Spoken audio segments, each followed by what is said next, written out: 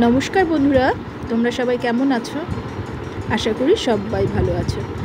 অনেক দিন বাদে আবার একটা চটজলদি রেসিপি নিয়ে তোমাদের সামনে এলাম। আর এই রেসিপিটা করতে খুব কম সময় লাগে আর খুব কম উপকরণে এই রেসিপিটা হয়ে যায়। কিছুই না, দেখো এখানে আমি মুরগির লেগ পিস নিয়েছি, রসুন, কাঁচা লঙ্কা আর টক দই, মেন উপকরণ এটাই লাগবে। প্রথমে আমি যেটা করছি, সাদা তেল গরম করে নিলাম, রাইস ব্র্যান আমি ব্যবহার করি, রাইস ব্র্যান গরম করে নিলাম। তার সঙ্গে কাঁচা লঙ্কা চেরা কয়েকটা দিলাম। কাঁচা লঙ্কাটা একটু ভাজা ভাজা হলে রসুন যেটা পেস্ট করে রেখেছি দিয়ে দিলাম।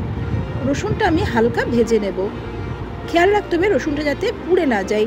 ইন্ডাকশান বা গ্যাস সবসময় কমিয়ে করতে হবে এই রান্নাটা।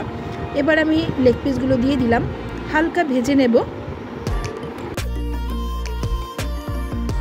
এবার আমি যেটা করব, টক দই নিলাম এক বাটি। আর এই রান্নাটাতে টক দইয়ের পরিমাণ একটু বেশি লাগে।